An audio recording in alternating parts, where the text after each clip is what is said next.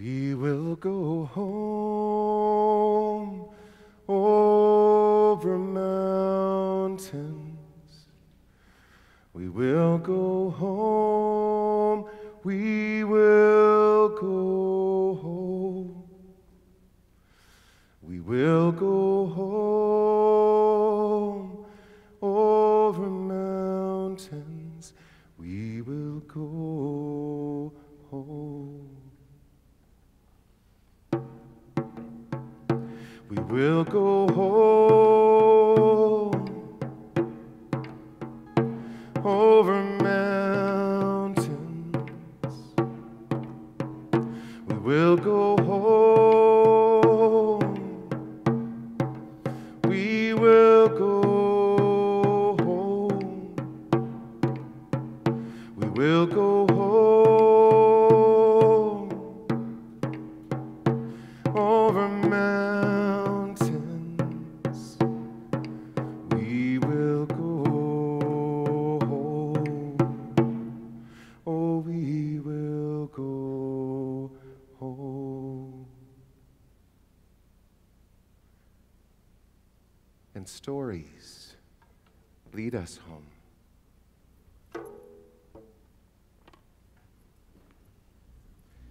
May peace be on your heart and stillness on your tongue. For I tell you a tale told long ago, a tale worth telling. And in the long ago, there was a man. And he was known the countryside round for the beauty of his cattle and the sweetness of the milk that they brought. Oh, he does the best he can to stay humble with a treasure like this on his land, round his property every day, day in and day out. But you know, a time comes when the man notices a change. For it begins to seem to him that the cattle are giving less milk. Oh, and less milk. You know, he's not the kind of man to sit at home and fret. He's not the kind of man to sit at home and worry and wonder. No, he knows how to take care of his own. And so he decides that he will spend a night in the field with the cattle. He goes out with nothing but a blanket, and he sits beside a great stone. He sits still as a stone, still as a stone. And as he sits there, he watches. And the moon, she rises.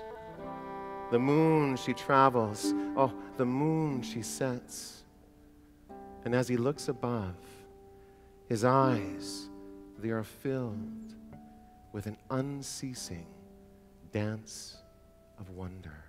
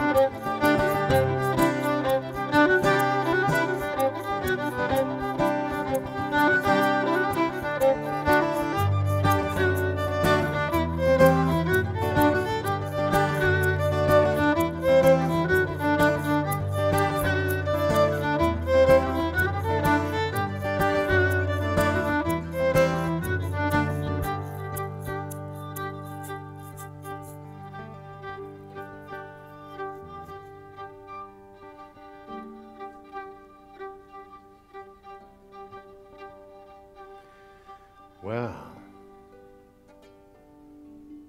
his eyes, they begin to open wider, and as he looks above, for it begins to seem to him that one of the stars above is blazing brighter than it had before.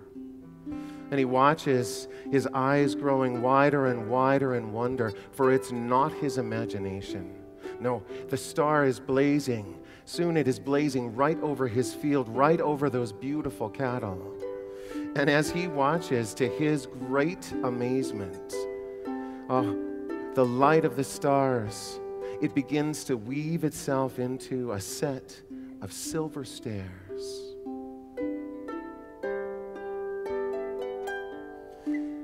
And the last of the starlight, it weaves itself round a figure that is descending those stairs. The figure comes down, plants 2 feet strong on the ground, and the last of that starlight, it weaves itself into a silver mantle round her shoulders.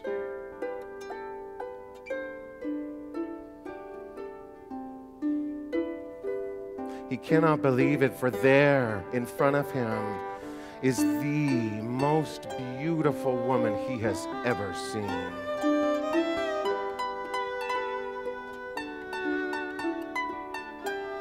His mouth hanging open, a great grin on his face.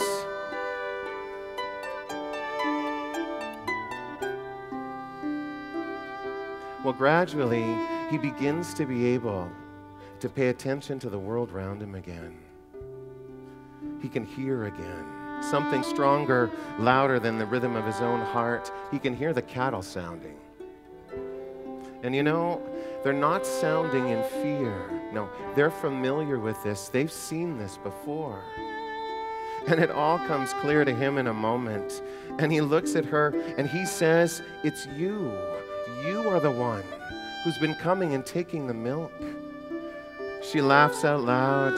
She says, "Yes, my sisters and I, we have heard the song of the cattle. We have heard the people singing of the sweetness of the milk night after night. Each of us in turn, we have come down, we have tasted of the milk. We have found it was greatly to our liking." He cannot believe this, but his heart feels bold in the presence of this beauty. And he looks at her, and he grins, and he says, "You are so beautiful." She bows her head, accepting the compliment. He says, "Would you be my wife?" Things move fast in these old stories. He says, "I promise to be kind to you. I promise never to beat you. And I promise that you won't have to sit with the cattle all the time."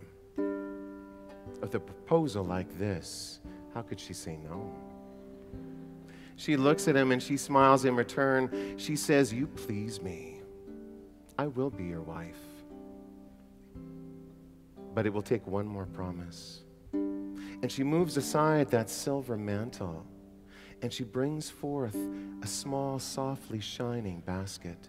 It's covered over with a cloth radiant like the stars. She says, "My condition is this. All that I have, all that I am, I have brought with me in this basket. And you must promise to leave it to me. Never to claim it for your own. Never to touch, never to look." He smiles. And he says, "Of course." And so began the greatest joys of his life. For the two of them are wed.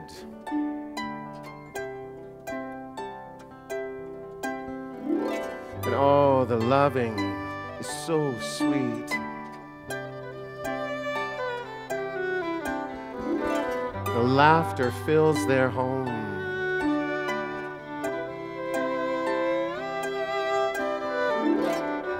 And he cannot believe that his life is so full. He wishes things could be the same for always.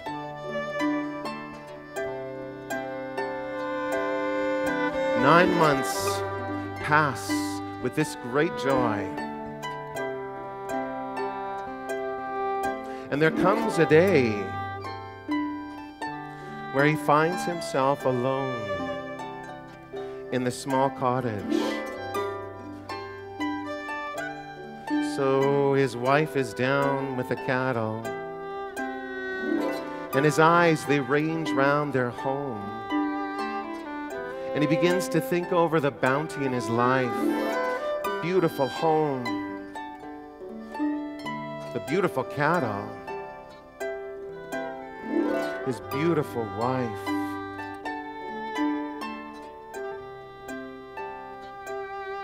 And his eyes, they range round their home, and he sees, for the first time in all these happy months, the basket in the corner, covered with a softly shining cloth. And he wonders, what is in that basket? And he begins to think in the way that a contented farmer might think. He says to himself, well, after all, this is my house. Those are my cattle. She is my wife. I guess one could say, in truth, the basket is also mine.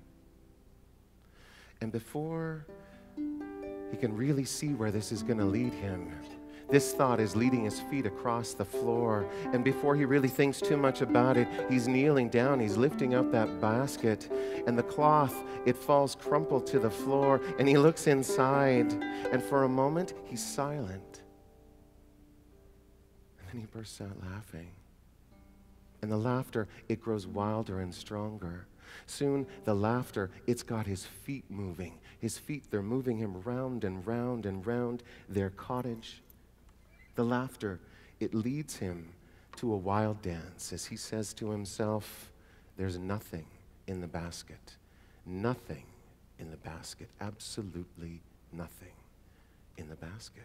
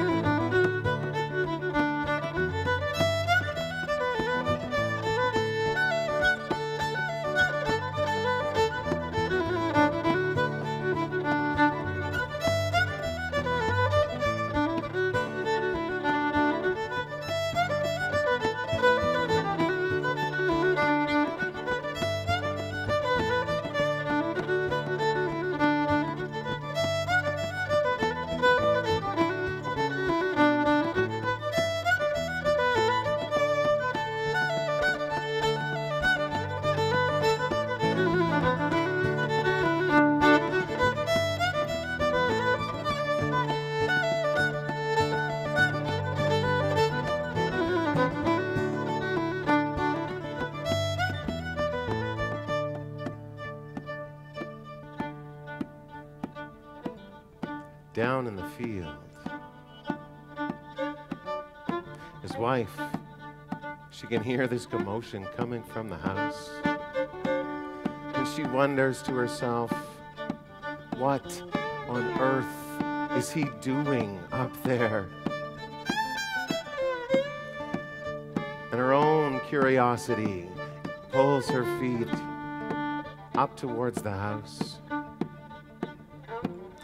She opens the door, and there's her husband. She's never seen him like this before, laughing, whirling, dancing. And then she hears what he's saying.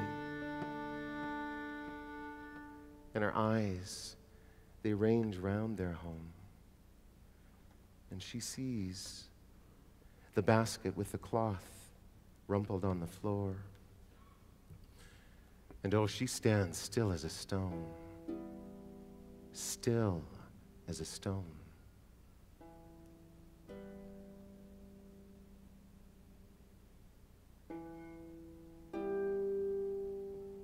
And she says, 3 promises you have kept, and 1 you have broken.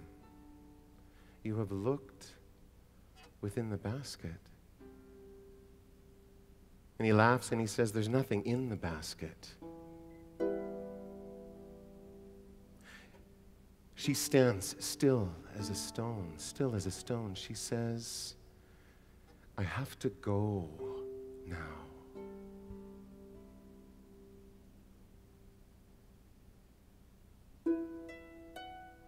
And oh, he realizes in an instant what's just happened. And he looks at his wife and he says, oh, please don't. And she says, I'll tell you what I brought with me in the basket. What I brought with me in the basket was spirit. And it's just like a human being to think that spirit is nothing. And so the silver thread of the story spins itself out. But you know, that story doesn't feel finished.